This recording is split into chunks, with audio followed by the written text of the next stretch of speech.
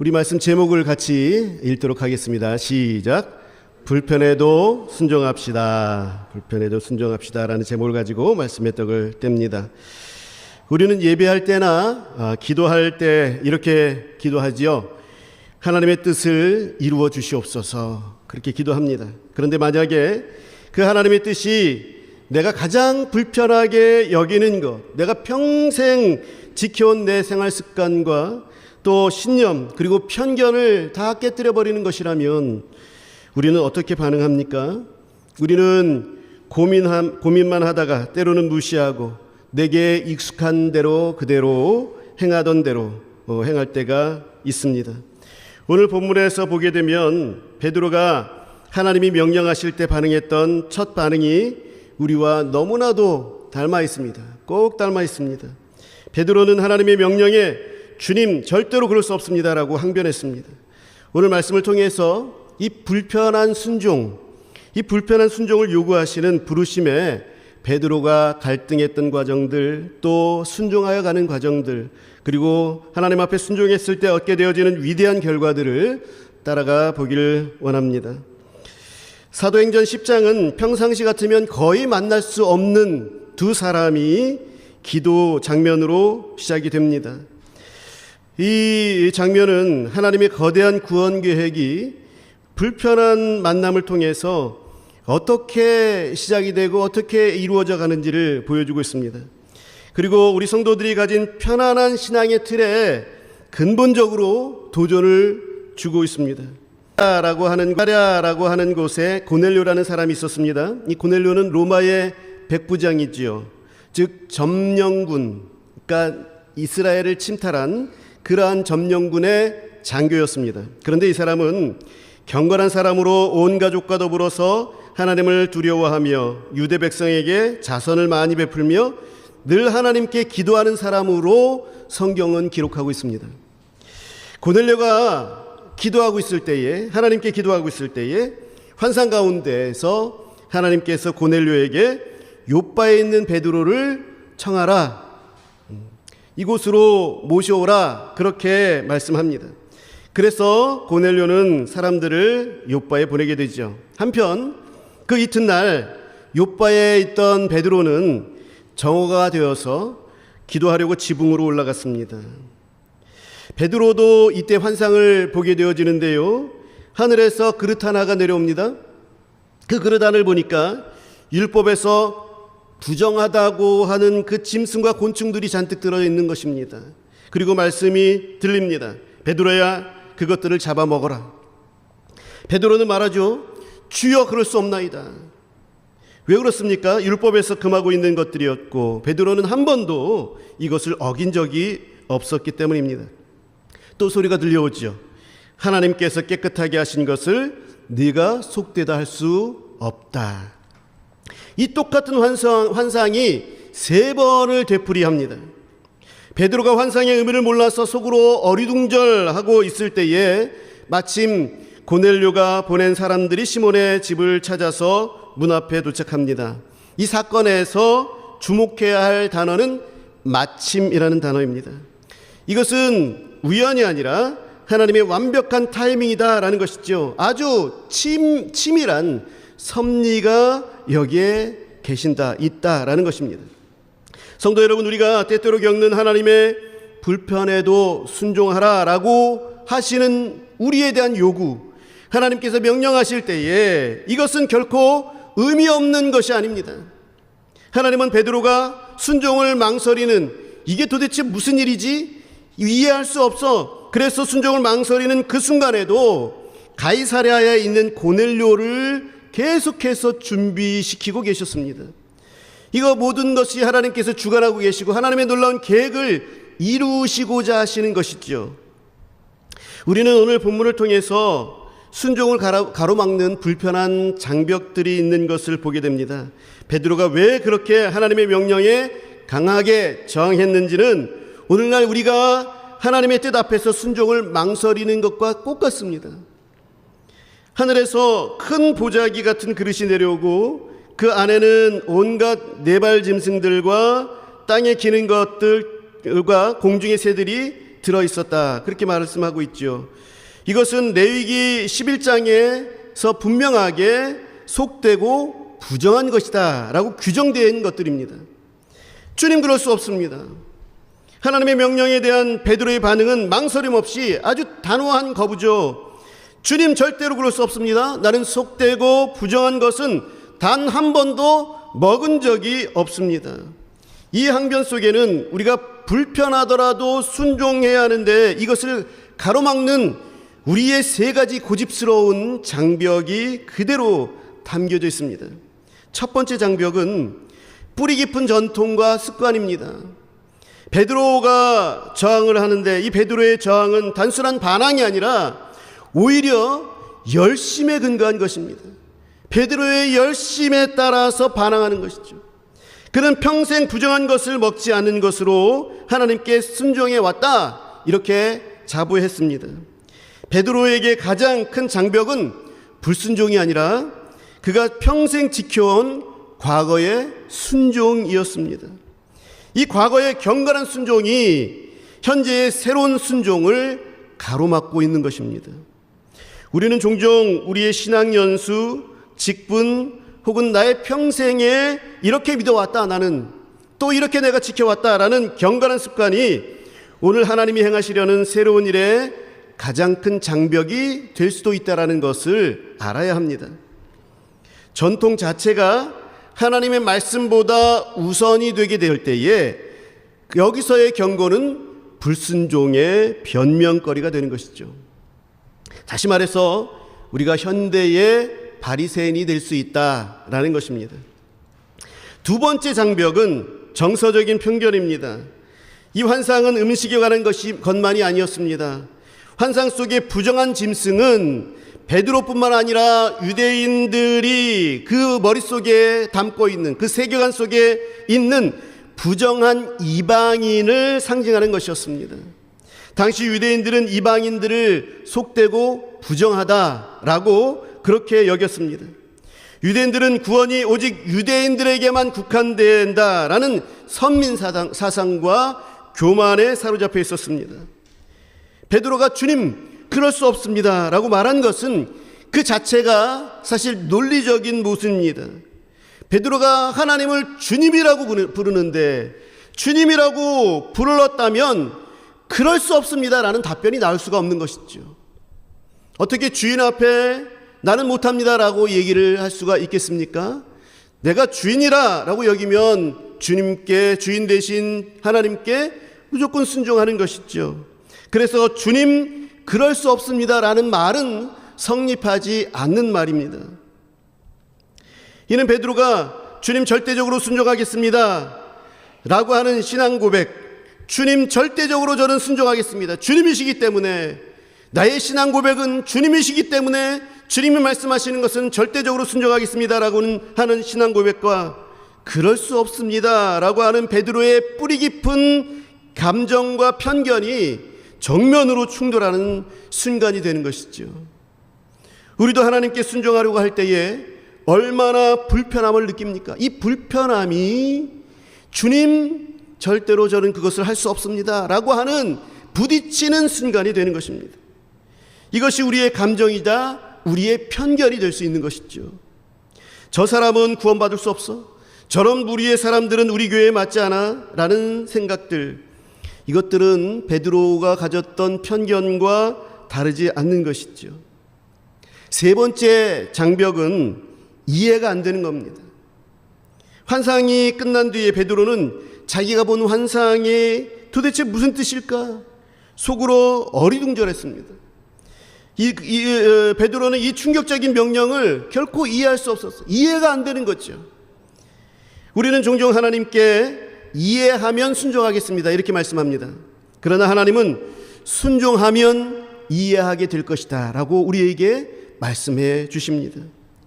여러분, 우리도 처음 예수님을 믿게 되었을 때에 그때에도 당최 이해되지 않는 것들이 참 많이 있었죠. 부활이 이해가 됩니까? 예수님께서 죽었다가 살아나셨다라는 것이 이해가 됩니까? 이해가 되지 않아요. 어떻게 원수를 사랑하라고 말씀하십니까? 이해가 되지 않아요. 이해되지 않는 것들이 참 많았습니다. 그러나 믿고 나니 믿고 다니 이것들이 다 이해가 되지 않습니까? 베드로의 그 뒤에 행한 여정 또한 이해가 순종의 전제 조건이 아님을 분명하게 보여주고 있습니다.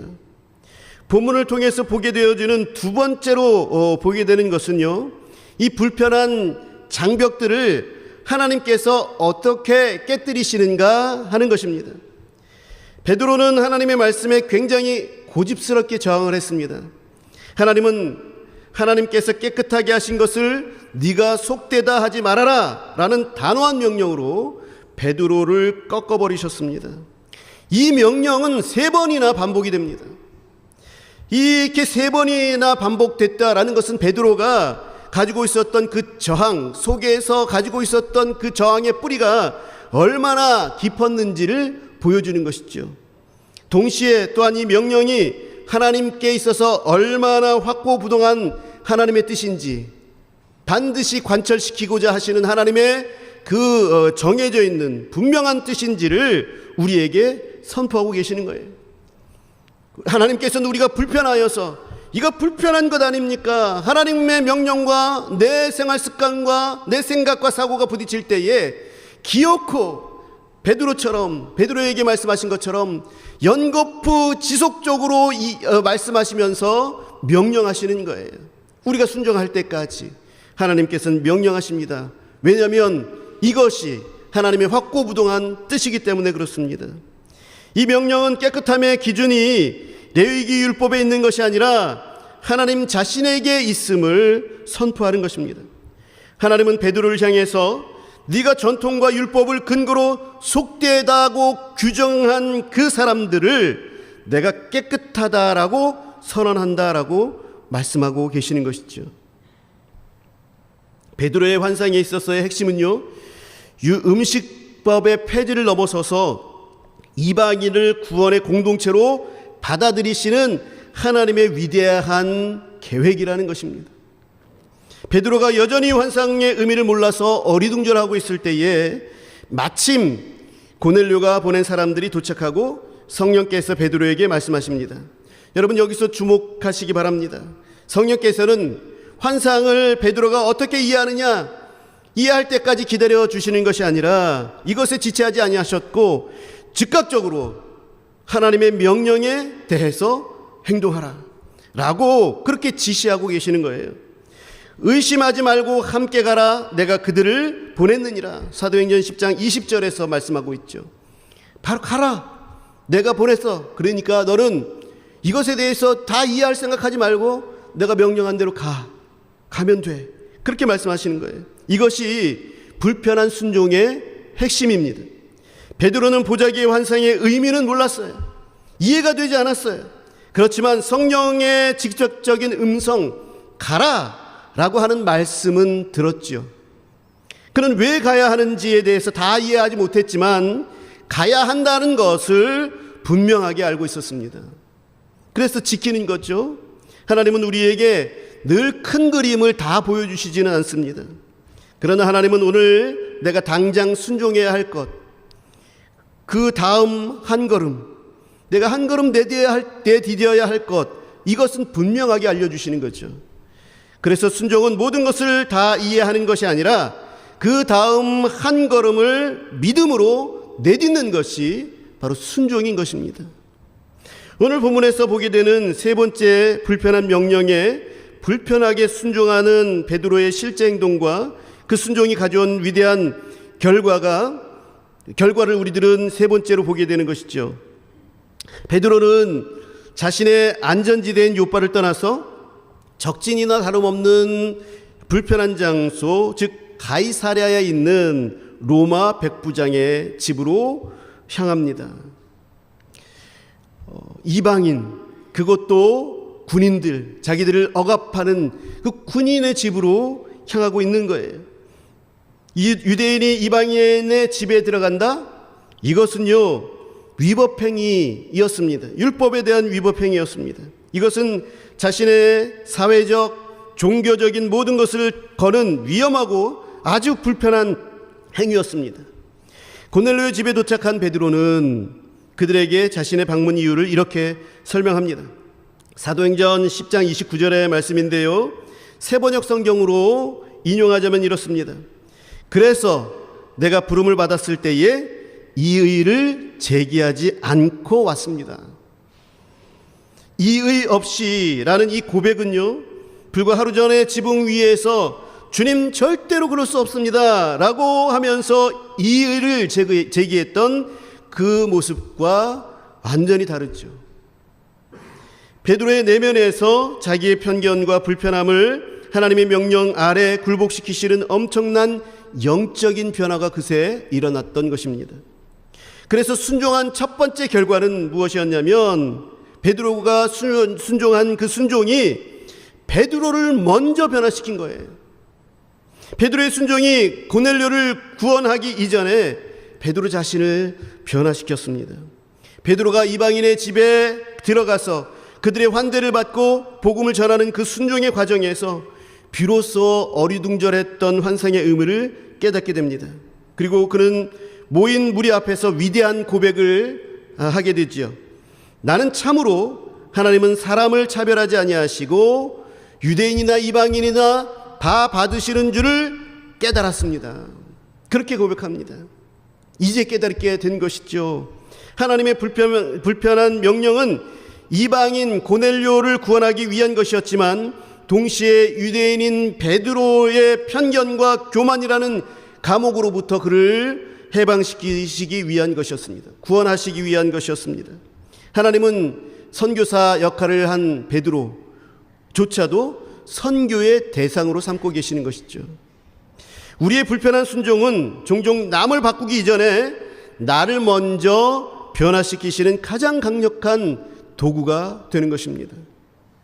순종의 결과 두 번째는 순종으로 인해서 교회의 지경이 넓어졌습니다.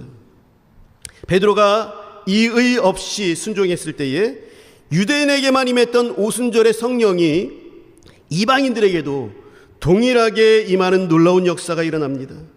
함께 갔던 할례 받은 유대인 성도들, 이 유대인 성도들 할례 받은 성도들이고 그들도 동일하게 이방인들과 교제할 수 없다라고 여겼던 그들이었는데, 이 유대인 성도들이 이방인들에게도 성령 부어주심으로 말미암아 이들이 막 놀라죠. 엄청나게 놀랍니다. 베드로의 불편한 순종 하나가 복음의 경계를 유대라는 민족의 울타리를 넘어서서 온 세계로 확장하는 역사적인 분기점이 되게 하였습니다. 사도행전 10장의 베드로는 우리에게 편안한 신앙이 아니라 불편한 순종을 요구하시는 하나님을 분명하게 보여줍니다. 우리의 순종을 가로막는 가장 큰 장벽은 우리의 죄악이 아니라 오히려 우리의 경건한 전통, 또 신학적인 편견, 그리고 내가 한 번도 해보지 않았다라고 하는 과거의 신실함, 하나님 앞에서의 나의 열심일 수 있습니다. 하나님은 바로 그 지점에서 하나님께서 깨끗하게 하신 것을 네가 속되다 하지 말라라고 우리에게 명령하시면서 우리의 안전지대를 깨뜨리십니다. 우리 하나님의 뜻을 다 이해하지 못할지라도 베드로처럼 이 의를 제기하지 않고 순종해야 합니다. 우리의 그 불편한 순종이 가장 먼저 나를 편견에서 자유롭게 하고, 또 우리 공동체의 지경을 넓히게 하고, 또 하나님의 새로운 구원 역사를 이루는 위대한 통로가 되는 것입니다. 하나님은 우리가 편하고 좋아하는 일만 하도록 부르시지 않으셨습니다. 오늘 하나님이 저와 여러분들에게 요구하시는 불편한 순종이 무엇입니까? 여러분, 하나님께서 명령하시면 나는 이거 불편해서 못해요. 나의 신앙과 또 내가 걸어왔던 길과 내 생각과 내 편견과 달라요 라고 할 만한 것들이 무엇이 있겠습니까? 나와 정치적인 성향이 다르면 손절하고 교회도 떠나거나 떠나게 하는 경우들도 있습니다. 허다합니다. 이런 불편함들, 또 사회적인 경제적인 지위 학력의 차이로 서로가 불편하는 그런 교회들도 있습니다. 또 문화가 다르다는 이유로 이주 노동자와 같은 분들, 이런 분들을 함부로 대하거나 또 속되다고 여기고 담을 쌓는 경우들도 있지요. 우리에게 이런 고넬료는 없습니까? 하나님은 우리에게 오늘 의심하지 말고 그에게 가라, 그렇게 말씀하고 계십니다. 가수 현과 정혜영 부부는요, 가난하고 소외된 이들을 위해서 참 기부를 많이 합니다. 이들이 결혼했을 때의 목표가 무엇이었냐면 빨리 좋은 집을 장만하자라는 것이었어요. 그런데 이 션과 정혜영, 탤런트 정혜영이 필리핀을 다녀왔는데 거기서 봉사활동을 하면서 거기서 불쌍한 아이들을 많이 본 거예요. 그래서 다녀오고 나서 집을 마련하는 욕심, 마련하고 싶은 욕심들이 있었지만 그 욕심을 하나님 앞에 다 내려놓게 됩니다. 난 그러고 싶은데 그것이 오히려 나는 하나님 앞에서 불편한 것들이 되었어요. 하나님과의 관계에 있어서 불편하게 되다 보니까 이것을 하나님 앞에 내어놓습니다. 그리고 이 집을 마련하는 대신에 구하 100명을 도와주는 것이 훨씬 더 유익하겠다, 하나님 앞에서 귀한 것이다 라는 것을 알게 되었고, 그 마음을 가지고 기부를 시작합니다. 지금도 전셋집에 살면서 지금까지 65억 원을 기부했다라고 합니다. 또 차인표 시네라 부부는 하나님이 고아를 입양하라 말씀하실 때에 내가? 그런 마음이 들었지만 입양이 하나님의 사랑을 실천하는 자기에게 주신 것, 자기에게 주신 하나님의 뜻이라는 것들이 확신하게 되는 순간 그것에 순종했습니다. 사랑하는 성도 여러분, 나는 혹시 나의 안전지대에 숨어서 거부하고 있는 것은 없습니까? 오늘 우리의 주님, 그럴 수 없습니다 라는 우리의 이 고집스러운 저항이 주님, 이 의를 제기하지 않고 가겠습니다 라는 베드로의 위대한 순종으로 바뀌어서 우리가 그 불편한 순종을 택하게 될 때에 우리 하나님께서는 우리의 편견을 깨시고 우리 자신과 우리 교회를 통해서 아무도 예상하지 못했던 하나님의 새로운 역사를 시작하실 줄 믿습니다. 우리의 불편한 고넬료가 무엇인지 여러분 오늘 하루 또 한 주간을 돌이켜보면서 내게 부딪혀 오는 그러한 것들, 이런 것들을 하나님 앞에 순종하면서 저와 여러분 모두가 이 귀한 은혜, 우리 하나님께서 베풀어 주신 새로운 역사를 허락하여 주신 그 은혜, 이 모든 은혜를 경험하게 되기를 우리 주 예수 그리스도의 이름으로 간절히 축원합니다. 기도하겠습니다.